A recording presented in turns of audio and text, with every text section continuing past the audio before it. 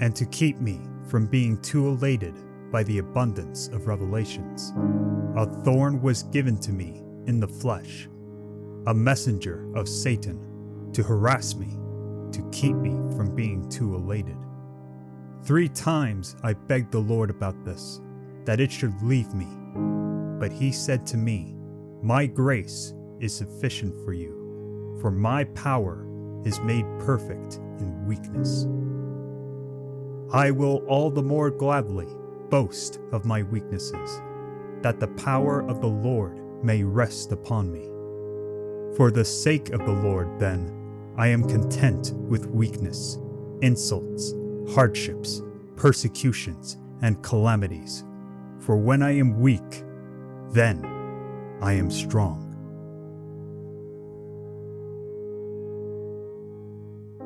When I played Arkham Knight years ago, I thought there had to be more to Joker than just being a mere hallucination. His persona was on point, and the other infected were close to being Joker imitations.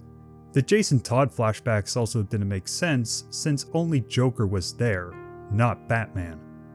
However, after replaying the game, my opinion changed. Seeing how the story played out, and doing a little research to put things into perspective, I am very much convinced that the Joker is not just an hallucination, but what the Apostle Paul called the devil's thorn in his side, or what Jungian scholars would call the shadow. Just a quick disclaimer, I am not taking Suicide Squad Kill the Justice League, nor the Batman VR games into account. I'm keeping this analysis focused on the quadrilogy. First, addressing the glaring issue with Joker's pinpoint persona would be best. How is Joker the way he is? Well, it's obvious. He's lying. It's just a diversion to keep people away. How do you know? I know him.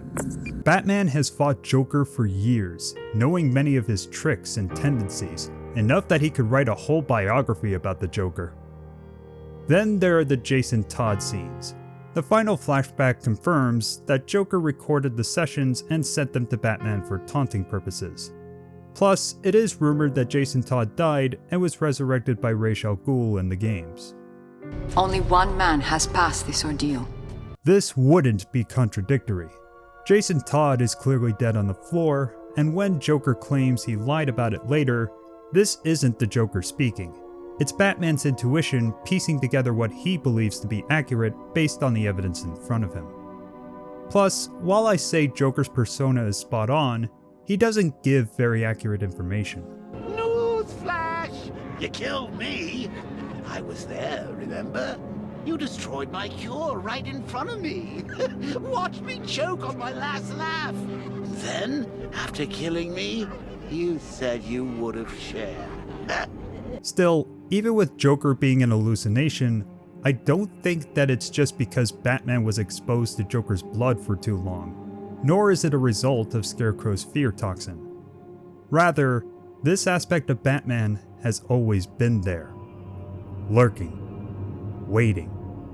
Something Batman thought he has beaten, but never truly gotten rid of. His rage, his anger, the devil within him that was present in Arkham Origins. And you'd see it sometimes. His eyes would go dead, and he'd start walking forward real slow. Hands at his sides like he wasn't afraid of anything. And the other guy, he'd see that look, and he'd try and get away from him. He'd catch him and trap him in the corner. Let the devil out. I failed to notice this on my first playthrough, but in Arkham Origins, Batman was brutal. He nearly crosses his no-killing line more than once. I can control your pacemaker remotely. You want to see what 250 beats per minute feels like? He is very much what Alfred assesses him to be. You're a young man with a trust fund and too much anger. This isn't a Batman out for justice, but for vengeance. The trauma of his parents' death is still very fresh in his mind. You didn't do it for money. You didn't even do it for love. Not out of jealousy, not out of anger. You did it because you're a small, selfish, malicious... Sir, is everything all right? Your vital signs are rather erratic. What the hell's wrong with you? In Arkham Asylum, Batman takes the brutality down a few notches. He still knocks out criminals, even when saving them, but he's not torturing anybody or using extreme methods. He just comes off as aloof or stoic when pursuing justice. In Arkham City, he seems to be teetering back to his old ways when Joker has tainted his blood and the blood of others in hospitals. Batman is desperate, wanting to get the cure as fast as possible. Even with Freeze, whom he sympathizes with in Arkham Origins and Knight, Batman shows no mercy. No! Today is not a good day to push me, Victor. Stop! So, why does Joker's hallucinations still appear? Remember that Talia died at Joker's hands. Batman questions his morality and contemplates letting Joker die, even when the choice was ultimately out of his hands. Still, Batman considers what happened that day to be all his fault, that he had the power to prevent everything if he had just been one step ahead. Talia.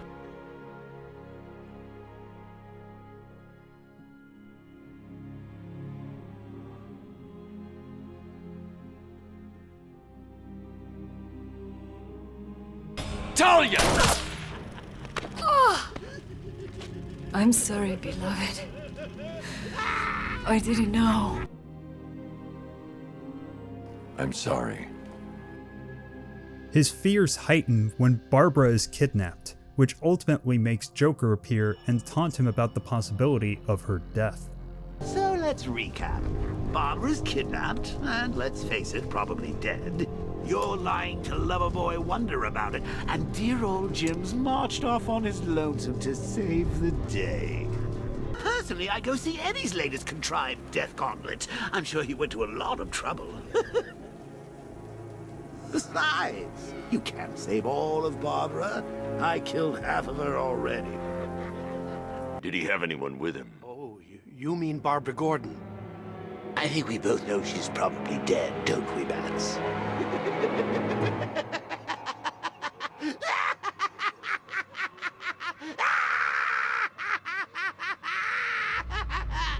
There is still one lingering question.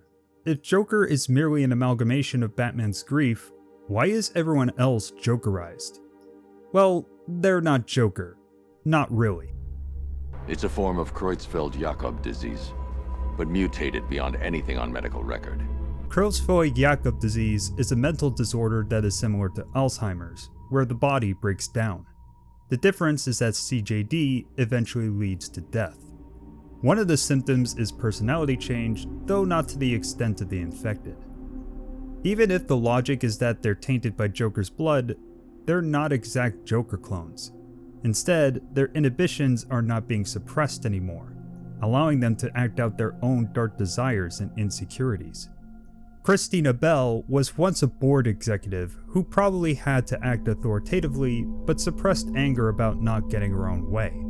However, she is now a cold-blooded murderer who will get mad even when her seat gets taken during a meeting. She's probably also grieving over the loss of her unborn child. Christina Bell, an executive at Queen Industries. She was exposed to Joker's blood during a transfusion following a miscarriage. 3 weeks after the transfusion, Christina returned to work and entered the boardroom for a monthly meeting of shareholders, only to find her seat had been taken. All 11 men in the room were found with their throats slit and smiles carved into their faces. When confronted with her crimes, Christina merely laughed. Johnny Charisma is a standard pop star, and if you know the lifestyle they usually lead, you know. Joker's blood just pushed whatever ego he already had over the edge. Infection first diagnosed 4 weeks ago after coming off stage and beating a groupie into a coma. As far as the rest of the world is concerned, he is attending rehab in an exclusive clinic. It would appear that the infection has amplified a not inconsiderable ego into something far greater. Albert King may have just been a veteran boxer who loved proving his own strength in the ring, but his sickness pushed his tendencies to violent extremes. During a routine procedure, King was infected with blood from the Arkham City batch. After returning home, 3 members of his immediate family were hospitalized, when King forced each of them into an arm wrestling contest. By the time I caught up with him, King had smeared blood across his face in order to create create a hideous Joker smile. Henry is a particularly unique individual. He was a science teacher who, after being infected, seemed to have an attitude adjustment. Henry Adams is an anomaly. He has been infected the longest, having received a blood transfusion following a successful hip replacement operation. After returning to work, staff reported that he had changed for the better, having become both calmer and more friendly. Joker's blood reveals a Darwinist mentality, wanting to stay ahead of those he considered weak. It suggests that he had something of a superiority complex, annoyed that his talents were wasted teaching those he deemed inferior. Secretly, he sees himself on top of the evolution hierarchy. Evolution's a funny thing.